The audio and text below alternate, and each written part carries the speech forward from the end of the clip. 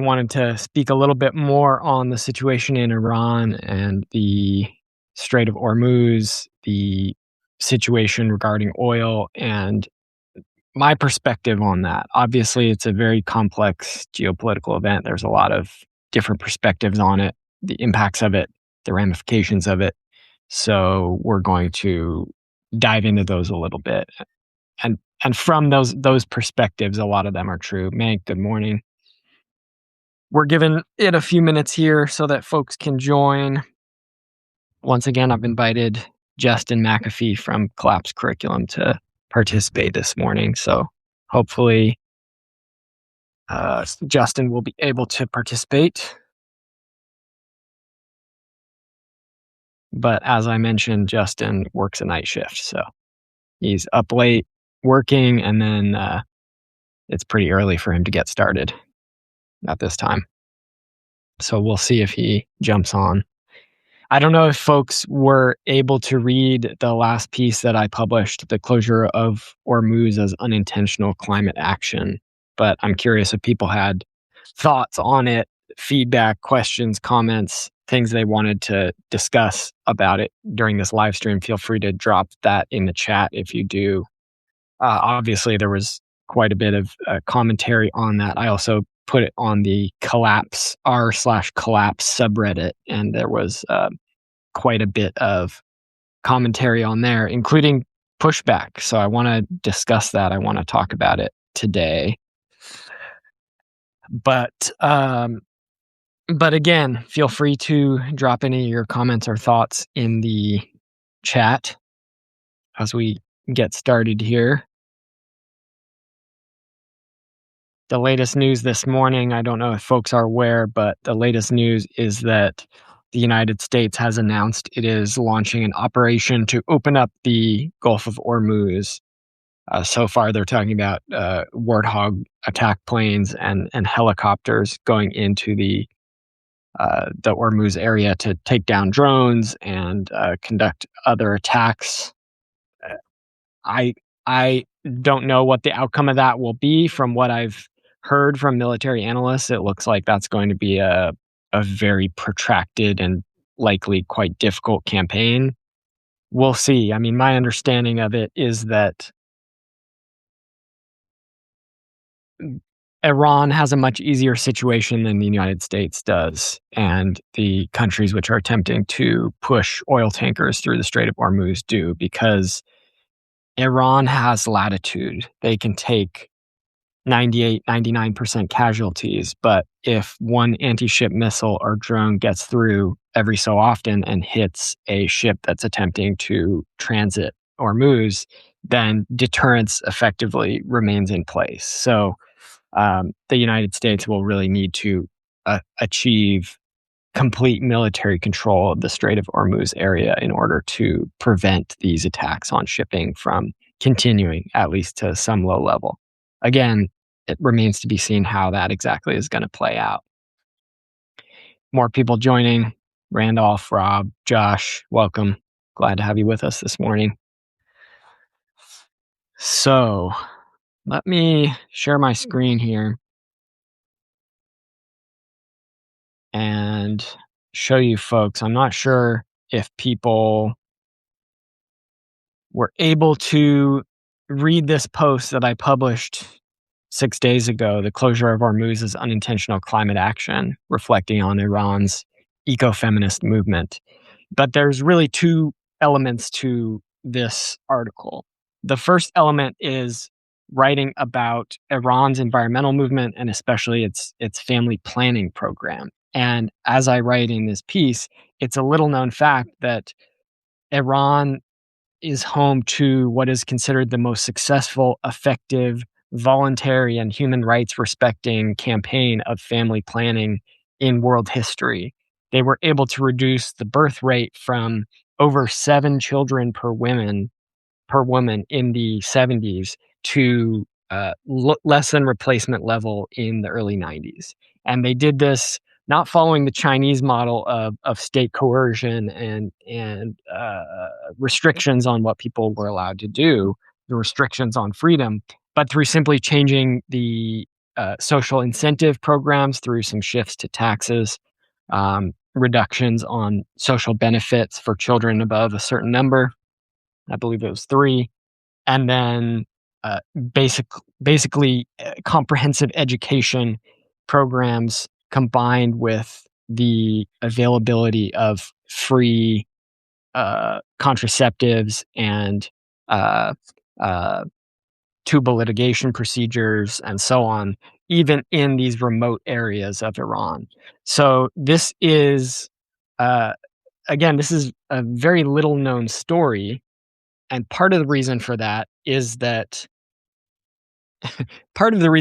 another little known story, which is that in the early 90s, the Catholic Church began to become they had been concerned for quite some time about uh, family planning and the proliferation of this type of approach to population issues spreading around the world very successfully. There was in the 80s, there was great progress being made around the world on these issues through similar approaches to what was done in Iran. And the Catholic Church really didn't like this. Obviously, their opposition to abortion on religious grounds, but more broadly, this sort of attachment to the go forth and multiply credo. And so in the early 90s at the Rio Earth Summit, the Vatican had been campaigning behind the scenes for many years to create a narrative that these family planning and contraceptives programs were fundamentally racist. And so it's a little known fact that the Catholic Church built this narrative around any discussion of overpopulation being a racist narrative. That came out of the Catholic Church, that came out of the Vatican. And that has remained a dominant narrative to this day, unfortunately. And so, what had been a pretty successful program around the world that was gradually reducing birth rates using humane methods in ways that actually increase the quality of life, education, well being, reducing poverty, reducing environmental pressures, increasing people's happiness through these completely voluntary non-coercive measures of family planning, that was demonized by the Vatican, and that began to be attacked increasingly. This was an early example of social engineering in action. This was a process of social manipulation that took place. And Iran really represents a counterpoint to that, a success story, where Iran is experiencing extremely high water stress because of their rapid population growth. Um, and because, despite the fact that they've had this reduction in births, obviously it takes time for population to actually start to go down. Um, so Iran, which has 92 million people, is depleting its aquifers at a very rapid rate to this day. But the beginning of this piece is about Malaga Mala, who was a Iranian ecofeminist, a proponent of this family planning program, and also considered the mother of the Iranian environmental movement. And I go on to tell the story of Dr. Shamsiri Milani, an Iranian OBGYN who was one of the proponents, one of the participants in this family planning program. She writes about going out to small villages on horseback with doctors and surgeons and OBGYNs in this family planning program, and the success that they were able to achieve when they got buy-in from the state, they got religious assent, and they really were able to shift the culture across the country. I wanted to tell this story because it is Iran is treated as a caricature in the United States and in popular media in the West in general. It's generally conceived of as this completely backward society, a religious theocracy, as if the United States weren't one, as if even more pointedly, Iran weren't, or excuse me, Israel weren't a religious theocracy. Um, But I wanted to give a little bit more of a picture of Iranian society in recent decades. Some of the things they've been able to achieve that uh, that are frankly amazing. Randolph chimes in the comments talking about Iranian using ancient technologies in some cases for these basic necessities of society. Yeah, if folks aren't aware, you should check out The Last Farm on Substack. Uh, it's a friend of mine. They just wrote an interesting, fascinating piece on that topic. I'll drop it in the chat right now. It's called "The Low-Tech Brilliance of Iranian Design," and it gives 3 examples of non-industrial technologies dating back thousands of years in Iran that are used to keep ice and keep buildings cool, essentially alternatives to air conditioning, and to grind grain and other necessities and so on. Uh, Definitely worth reading. So thank you for that, Randolph. Um, so yeah, that I go on in this piece to talk about um, the closure of Hormuz, the closure of the Strait of Hormuz as unintentional climate action. And as people who have been following the news no doubt know, but I'll explain in brief for those who don't, the Strait of Hormuz is this choke point that about 20% of the global oil and gas supply passes through. And the southern edge of Iran comes right up to the Strait of Hormuz. And there's this sort of sharp curve where the strait comes to a narrow area, and it's only about 20 kilometers wide at that point. And Iran's leverage in this position has been, for many decades, they've been threatened by Israel, by the United States with attack and with invasion. And one of their strategies has been, if you attack us, we will shut down the Strait of Hormuz and thus cause a crisis in the global economy. And we're seeing that right now. So Hormuz is closed or mostly closed. There's very few uh, oil tankers and gas tankers that are passing through. And this is causing a supply shock, especially in the economies that are most dependent on these fuels. So right now, countries like the Philippines have gone to a 4-day work week and are encouraging people to work from home to reduce fuel consumption. New Zealand is experiencing shortages. In India, there's shortages of cooking gas, especially.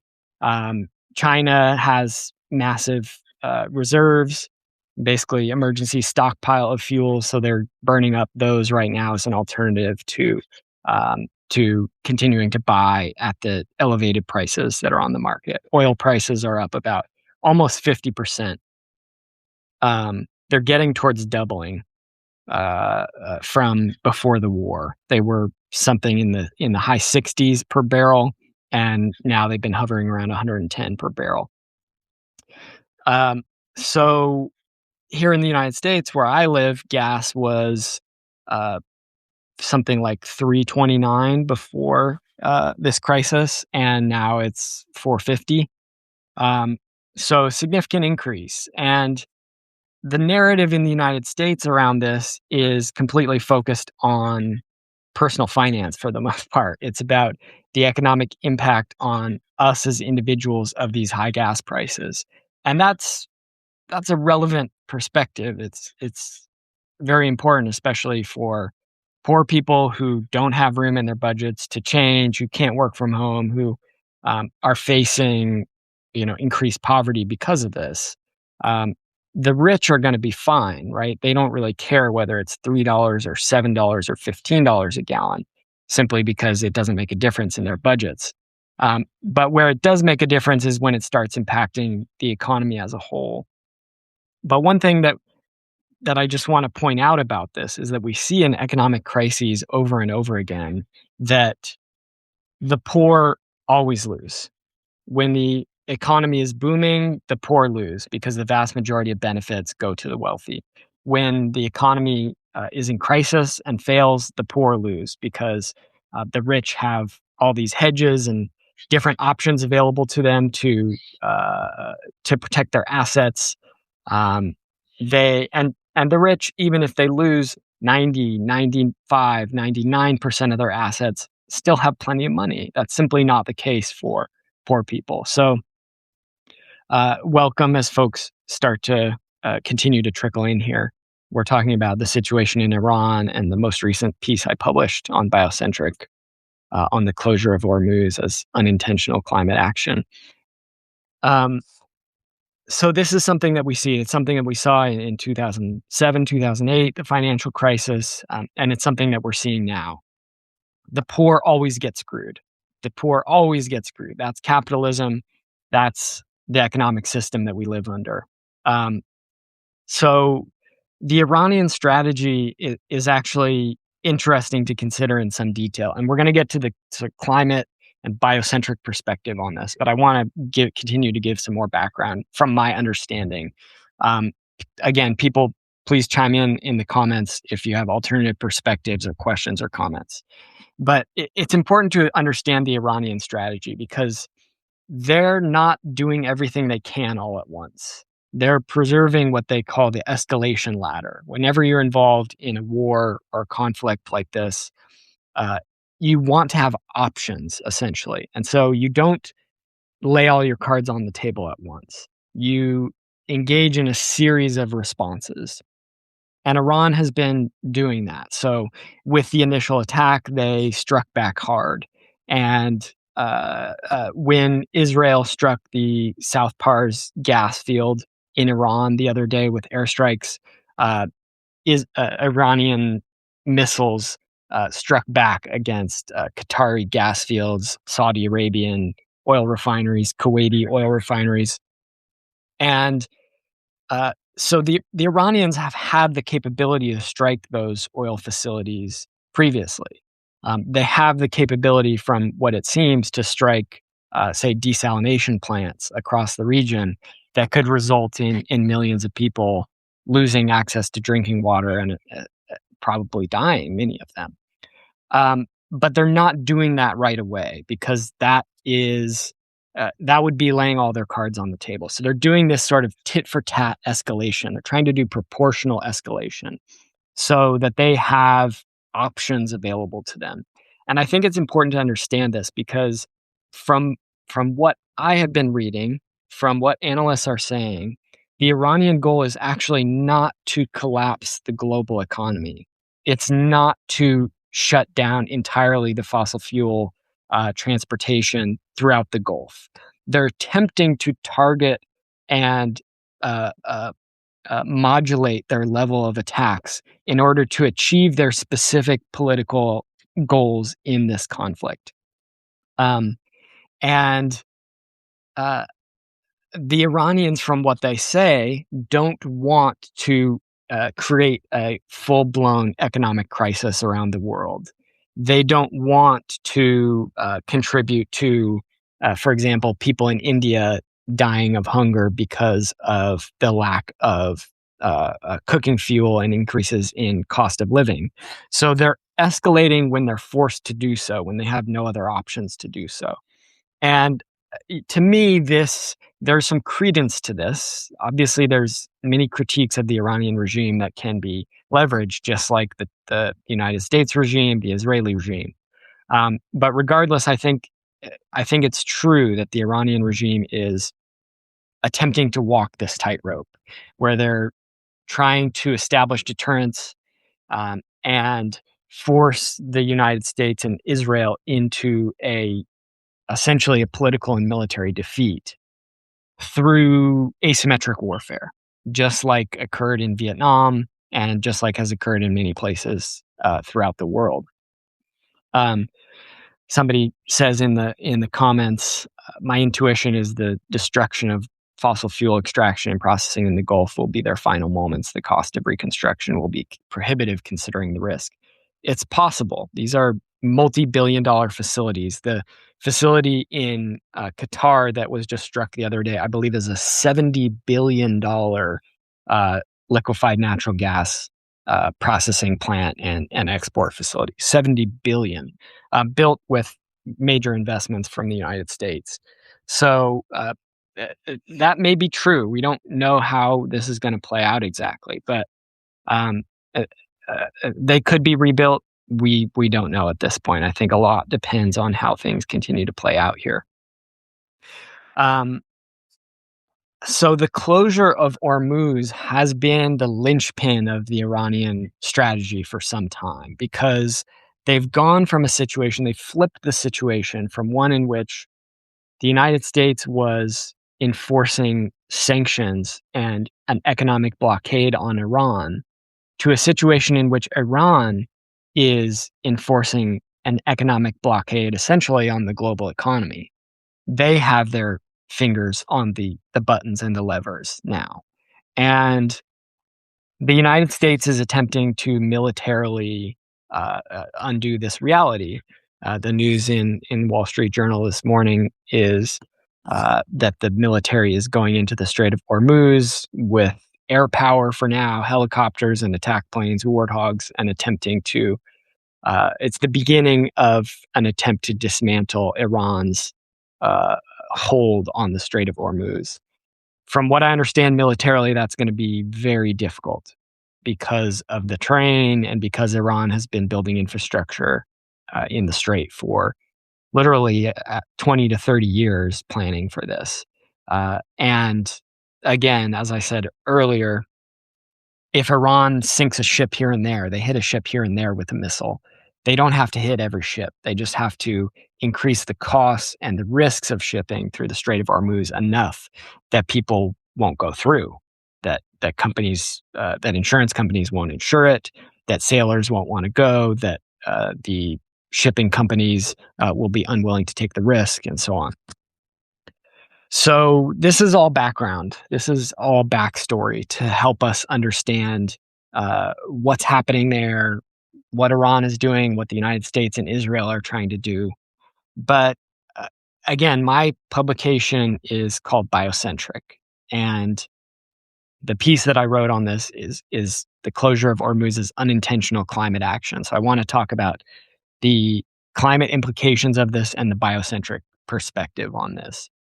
So my argument is that the closure of Hormuz is an unintentional climate victory. Iran's goals are not to stop climate change or stop the burning of fossil fuels to protect the planet. Far from it. They're a petro state, essentially.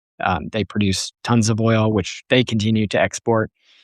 And they are not really engaged in a climate program at home. So they're not taking these actions with any climate thought in mind.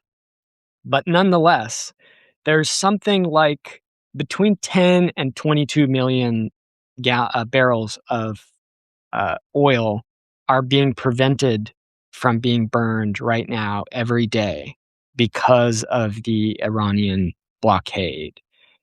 And in my article, I compare this to the Standing Rock movement, the No DAPL movement against the construction of the Dakota Access Pipeline. And this movement, over basically a year of resistance, mostly nonviolent resistance to the construction of that pipeline, prevented approximately 45 million barrels of oil from being burned.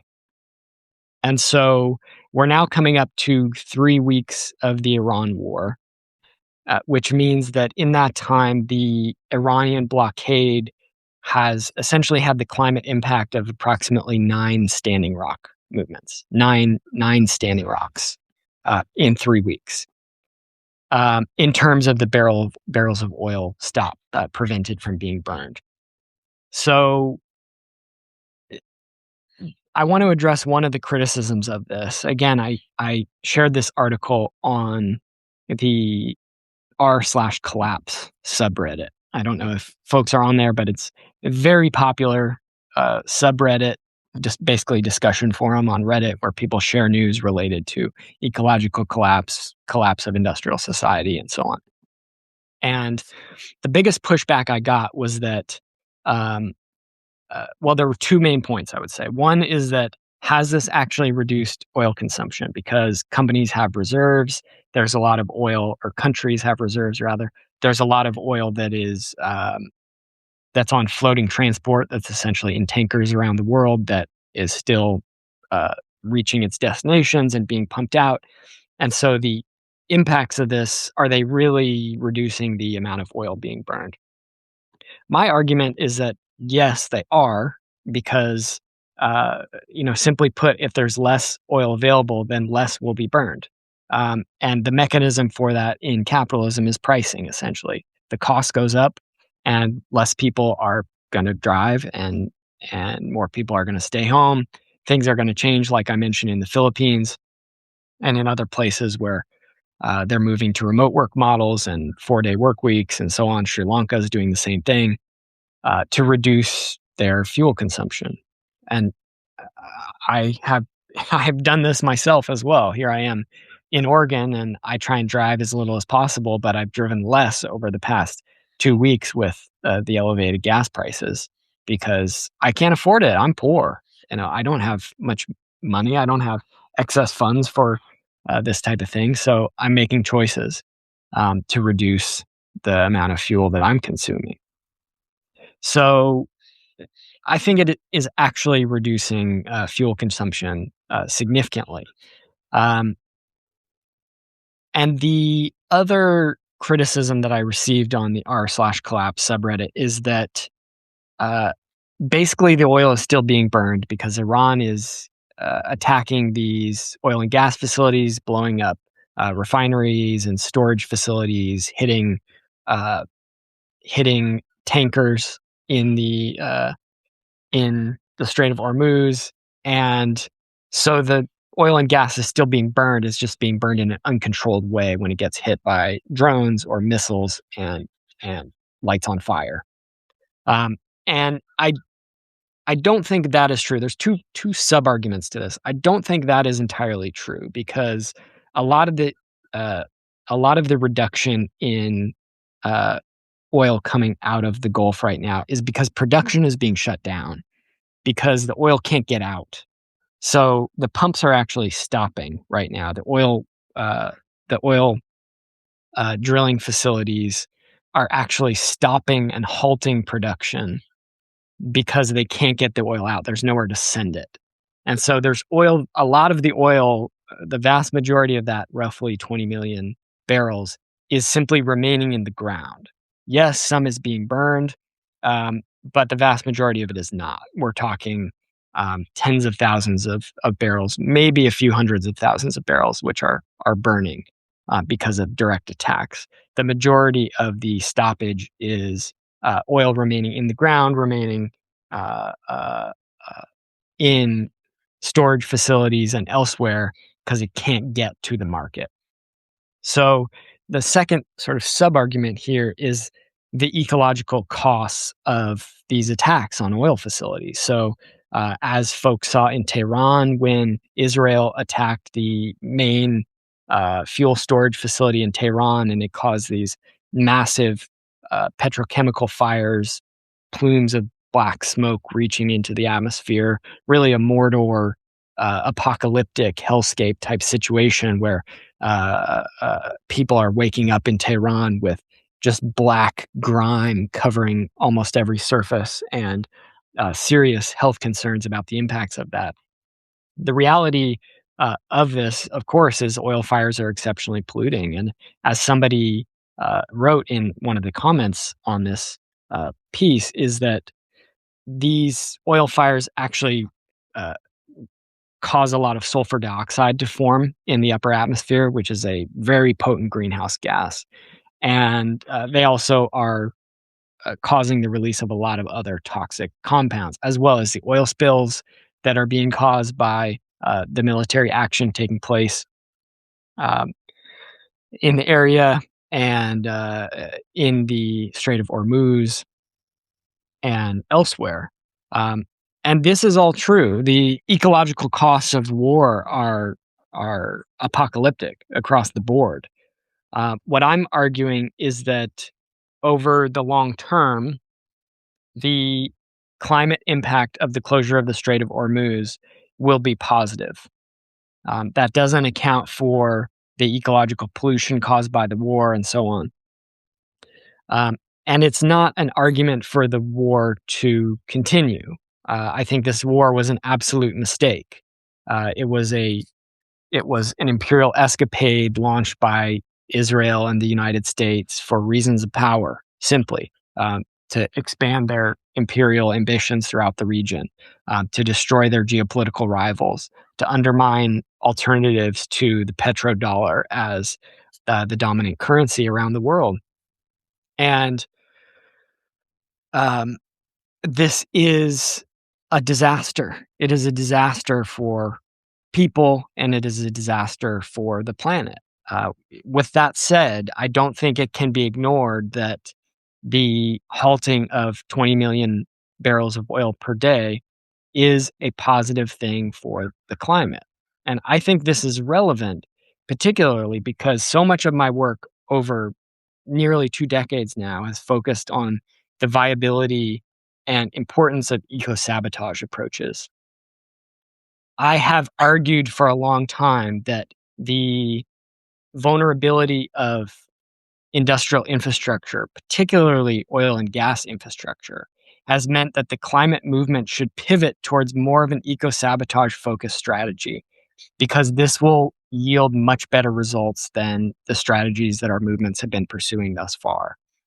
This is a very radical theory, and yet it is becoming increasingly popular across the climate movement and the environmental movement, uh, simply because our other strategies haven't been working.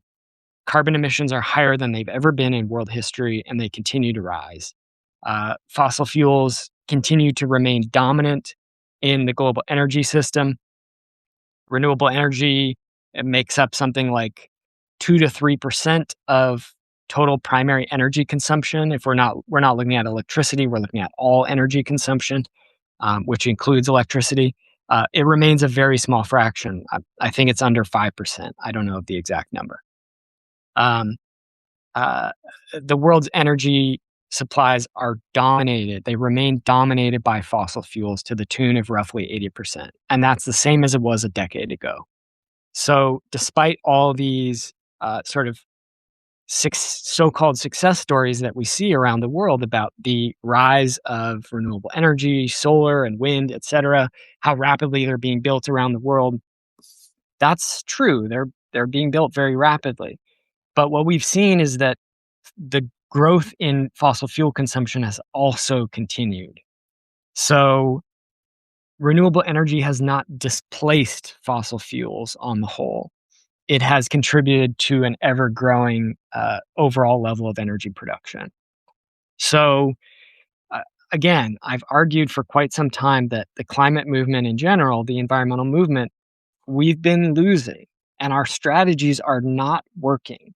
And the war in Iran and the closure of Hormuz helps illustrate this because it shows us how the world economy is still so dependent on fossil fuels, even after decades and decades and decades of efforts to quote unquote transition to renewable energies and away from fossil fuels to build alternatives. We've made very, very little progress in that direction.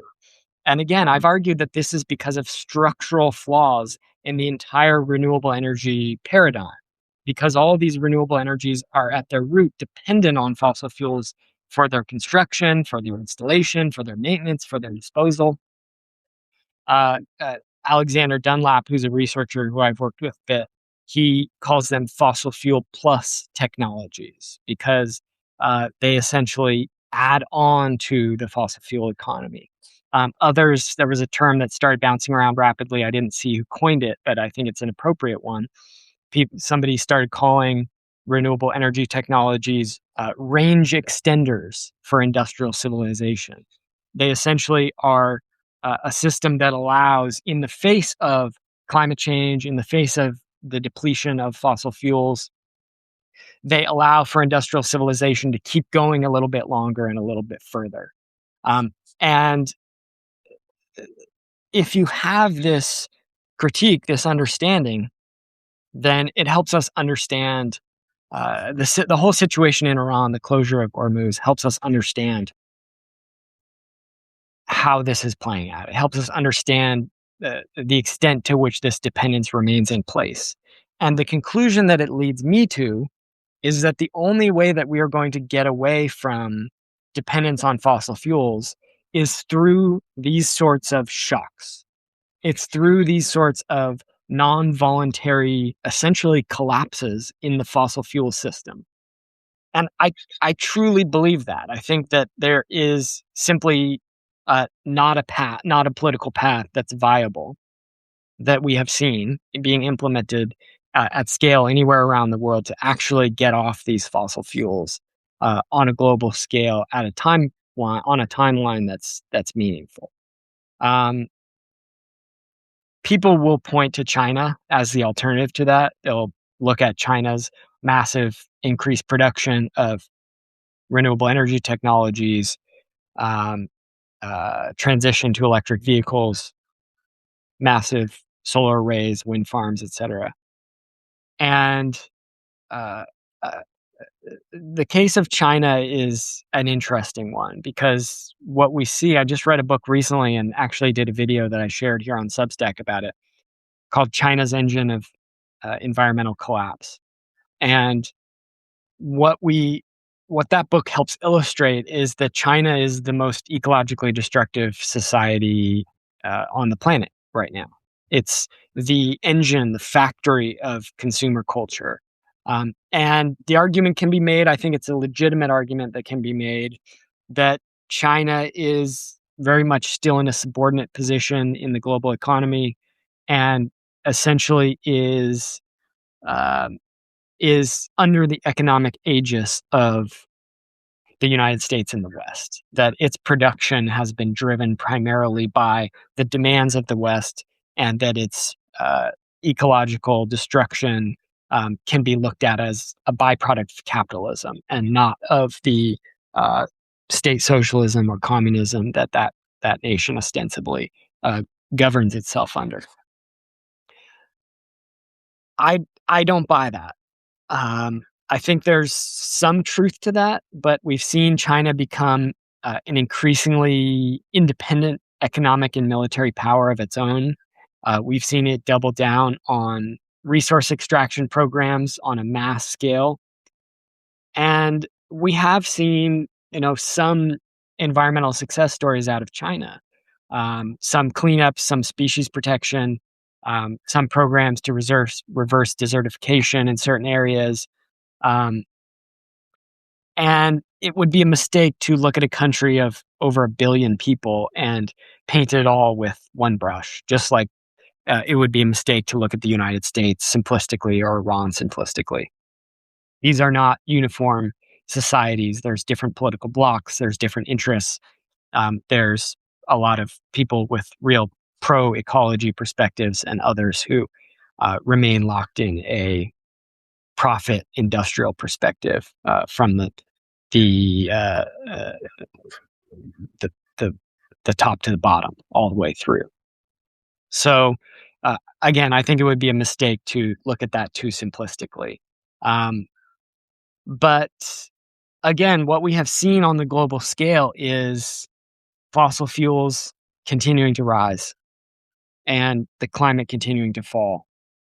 And so that is why as I said, that's why I remain convinced that the only way that this society, that our world is going to abandon fossil fuels is through some sort of shock, through some sort of collapse in the fossil fuel economy. And this is why I've advocated for the climate movement and the environmental movement to adopt eco-sabotage strategies and other strategies that fall within that realm that are focused more on disruption to address this crisis. So I see some more comments coming in. Welcome folks who've joined in the last little while here. Michael, Lennon, Guy, Miriam, glad to have you here. We've been on for about 40 minutes here, and you can probably hear in my voice I'm getting a little scratchy. I need some water.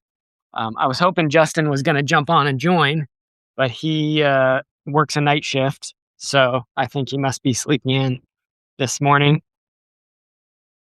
But I am going to grab my water, which I forgot to bring with me. So give me a quick second here. I'm going to turn off my video. If folks want to drop more questions and comments in the chat, please do. I'll be back in 1 second.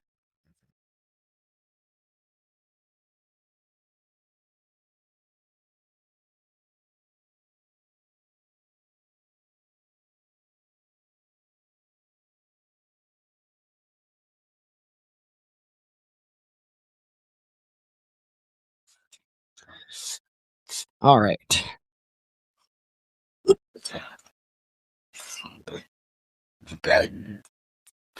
All right, that's much better.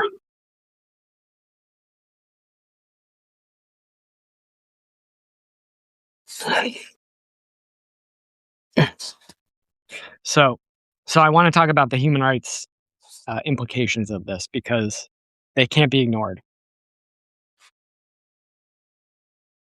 As we're seeing with the closure of Hormuz, the people who are getting hit hardest are the poor, and especially the poor in global South countries. Again, I mentioned the impacts in Sri Lanka, in India, the Philippines. Um, I have great friends in the Philippines. I have great friends in India. Um, there are readers of this publication from all around the world, and uh,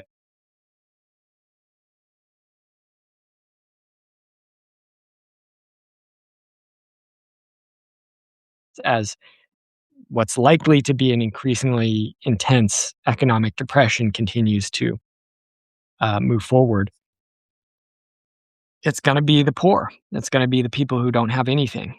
And this is a result of capitalism. This is a result of the inequality of these systems that we live in. The argument that people will make against the uh, the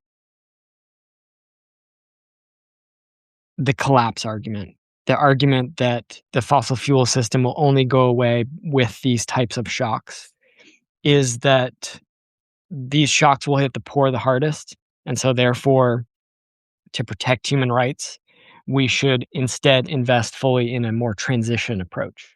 And I don't think this is an either or argument. I think that it's a false dichotomy to a large extent. I think that the truth is that we need to be working hard all around the world to protect human rights, to reduce inequality, to address uh, economic precarity and poverty through programs of relocalization and uh, uh, economic alternatives to industrial capitalism. Because as long as we remain dependent upon the industrial economy for our basic necessities of life, then we are dependent upon a system that is killing the planet and ultimately has no future. That ultimately will not only destroy itself, but destroy human societies and destroy the majority of life on this planet. And that is a brick wall that industrial societies are headed towards. We're trapped in sort of a Stockholm syndrome type situation where we're dependent upon the system that's destroying the planet. We know that it's destroying the planet. We know that it has no future. And yet it's incredibly difficult to detach from it. And this reality can be seen in all kinds of different ways. I mean, here I am, I live in the United States, and probably many of you who are watching can relate to this. Having a personal desire to not be reliant on the industrial economy, to live in alternative ways, to not contribute to an economic system that is destroying the entire world. And yet, escaping from that system is incredibly, incredibly difficult. It's incredibly difficult to do. Um, the vast majority of people's food comes from the grocery store, and their water comes from the tap. Their clothes come from a factory on the other side of the planet. Our houses come from an industrial logging system.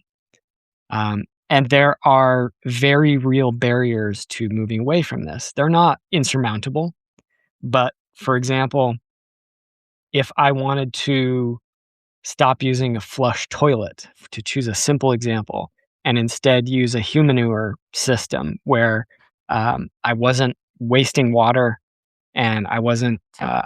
I live on a well here, but that water is pumped up with electricity, right? And then the septic has to get pumped every so often, and the pipes are made of plastic, and the tank will need to be replaced eventually. There's a built-in dependence there on the industrial economy at every level. If I wanted to replace that with a humanure system, which can be done in a completely zero energy, zero input way, where you know you're you're recycling human waste, and you're not dependent on even any plastic at the end of the day, any industrial product whatsoever. There are legal barriers to that. In many cases, it is illegal because of uh, uh, various laws to build a house that doesn't have a septic system in a rural area, that's not connected to the electric grid. That's often illegal. Um, these laws, many of them were set up for sometimes good reasons to avoid, slumlord housing and substandard housing practices and so on. Um, and yet they become functional barriers to sustainability. Um, Another example, I was born into a car culture. The societies that I live in, I grew up in Seattle. The interstate highway system was already built. Um, I didn't have a say in that. I don't have a say in the reality that the communities that I live in are built around roads. And if I want to live without a car, I can, but it's very difficult to do. The society is not built for that. It's not organized around that. Our communities are not organized around walkability and livability.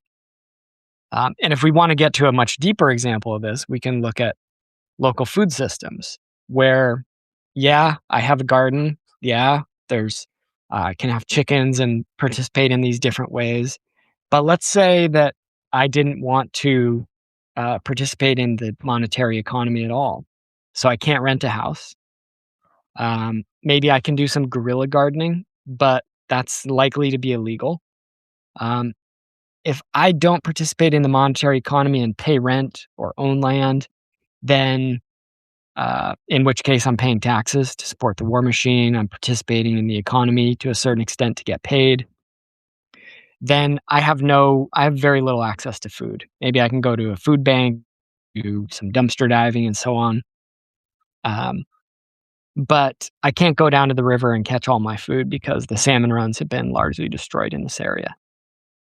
And so, uh, again, it's possible to live outside of the industrial economy, but it is very, very, very difficult functionally. And so, what this means, again, is that we're dependent upon the system that is killing the planet.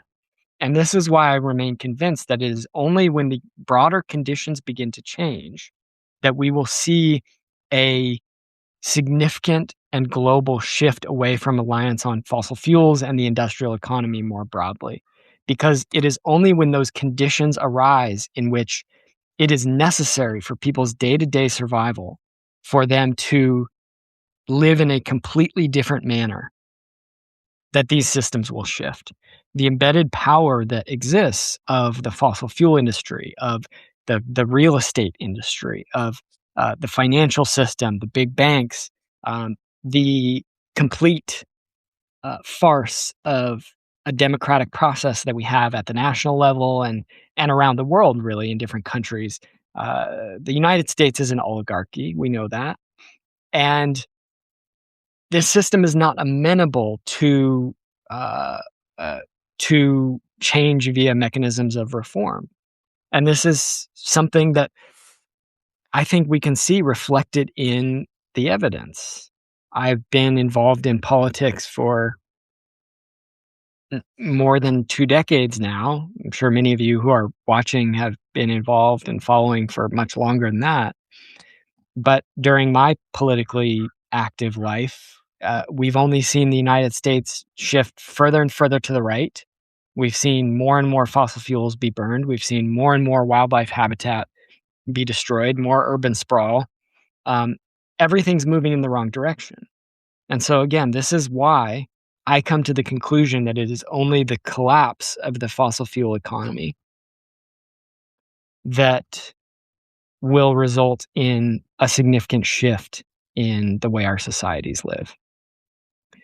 I'd love to hear people's thoughts about that, so please chime in the comments and drop any questions you have. It's not an easy thing to talk about because I wish the reality were different. I wish with every bit of my heart that we lived in a functional democratic society in which we could collectively make rational decisions about the future, in which we could transform the path that we're on. I don't see that happening. Certainly not at a national level, not at a state level, not at the level of local government. I see that happening um, in local communities, in alternative spaces, in eco villages, in resistance communities. I see people engaging in that process outside of the existing power structures. But those efforts are going to remain on the fringes as long as the dominant system of power remains in place. Um, and I think the other thing that I want to communicate about this collapse of the industrial economy and why we should actually be rooting for this. We should actually be working towards this is because that is a nuanced perspective. It's possible to say what I just said and simultaneously have the understanding that that will be incredibly difficult, especially on the poor. And it is our responsibility to be aware of that and to work to mitigate those harms. I see collapse as a complex process consisting of certain elements that we can see as positive and other elements that we can see as very negative. And I see our job as working to assist the positive aspects of collapse, working to accelerate those and push those forward, while working to mitigate, minimize, and otherwise offset the negative impacts. So, positive impacts, right?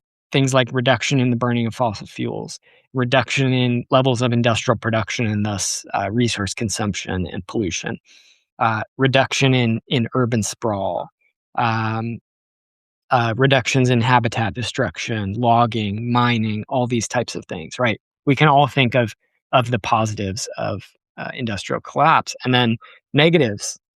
Again, we've talked about the impacts on the poor economically, reductions in big increases in food costs and reductions in food availability for the poor.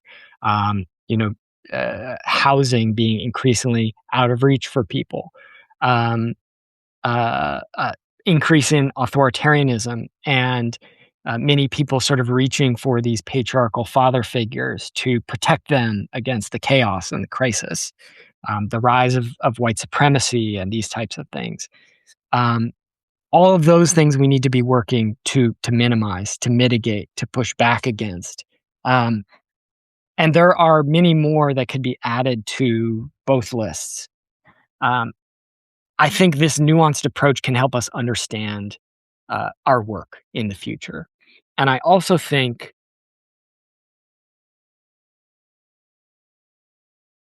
it's critical that we understand that this process is happening whether we like it or not, right? That is the definition of unsustainable, is that it will not last.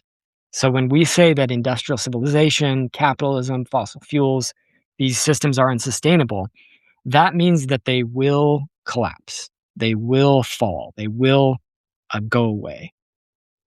And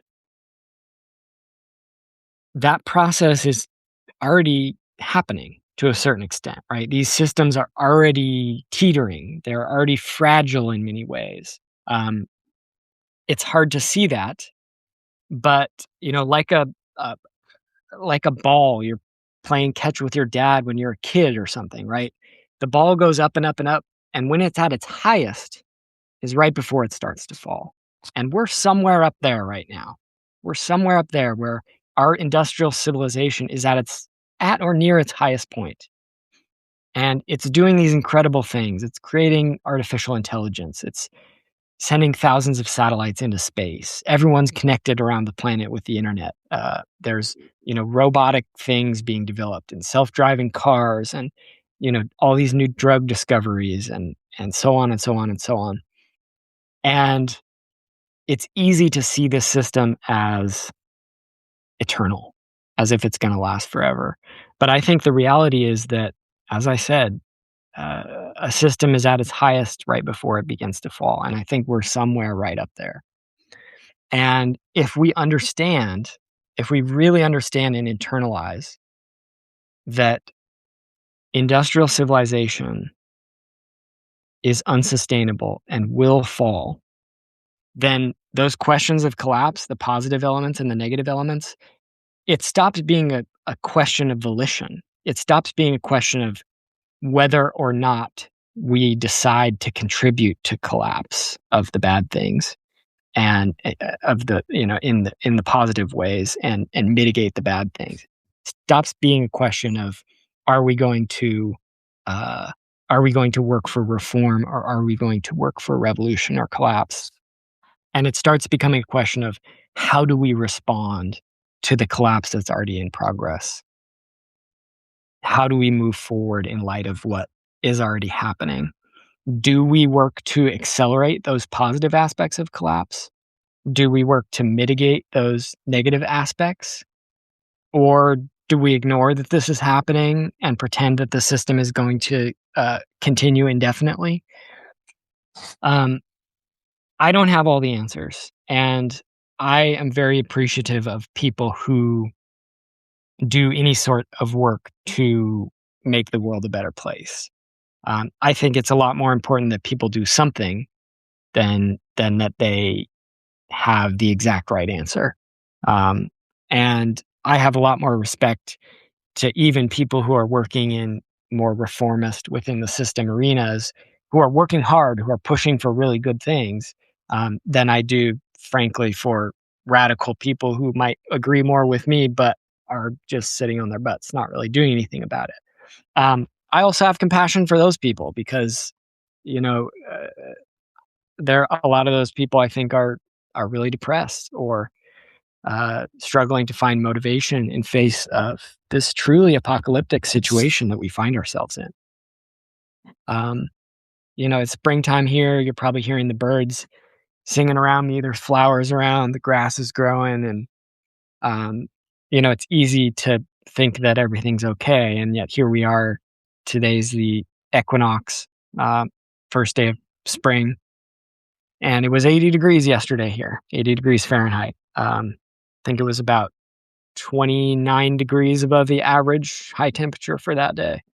Um, it's not normal. We're in a real crisis situation, and it's easy to ignore. It's easy to think that things are going to continue along the same trajectory that they have, that business as usual is some sort of viable situation.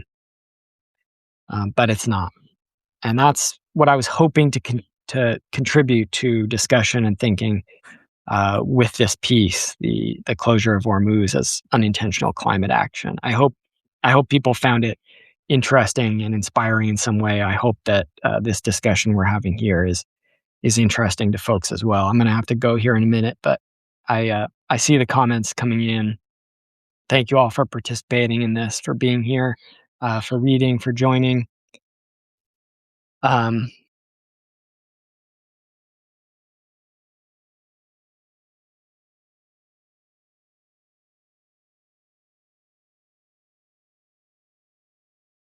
There are different ways that we can look at this situation. It's very easy, and I say this from personal experience, it's very easy to get caught up in a psychological maelstrom of how bad this situation is and how screwed we are and how little we can do. And that's an understandable place to be. I am in that place myself sometimes. Um, but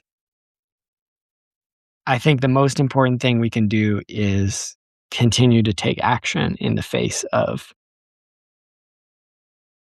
this situation. Continue to stay connected. Continue to stay open, because this is not the end of the world. It's the end of a world. And the end of one thing is the beginning of a new thing. And as we help the old world to die, to pass away, to its time is ending, um, something new will come. And the future is not going to be super easy. It's just not. It's going to be incredibly difficult. And yet, life goes on and life is beautiful. And and that to me is what gives me the motivation to just continue doing this work no matter what. Is, like I said, the birds are here again for the spring. The wild turkeys were walking through the meadow back here earlier. And last summer I watched a mama wild turkey fly up into this Doug fir tree behind the camera, to roost one night, and her 6 or 7 babies flew up there after her. And I'm not going to give up for them. I'm not going to give up for um, my human friends and community and family. I'm not going to give up because of my friends in the Philippines who are fighting for their forests and oceans down there. I'm not going to give up for my friend Keala, who just joined, who's fighting for Hawaii. And I'm not going to give up for Kate, who's here in the comments, who's fighting, for Arizona on the border, and trying to stop border wall construction and protect the jaguar down there. I'm not going to stop fighting for everything that I love, everyone that I love in this world. And I find this situation with the closure of Hormuz is one of those crisis moments where we don't know exactly how the future is going to play out. But we do know that these types of crises are only going to accelerate and become more intensive in the future. And it's important that we, in my perspective, look at these situations from a biocentric perspective, because ultimately we rely on the world for everything that we have. And if we don't have a biocentric perspective, if we're not thinking long term about the destruction of the land, the climate, the air, the water, the non-human relatives, if we're not thinking about them, and we're thinking about short-term human interests, then we're destroying ourselves, and we're destroying our family. And yeah, I'm not content with that.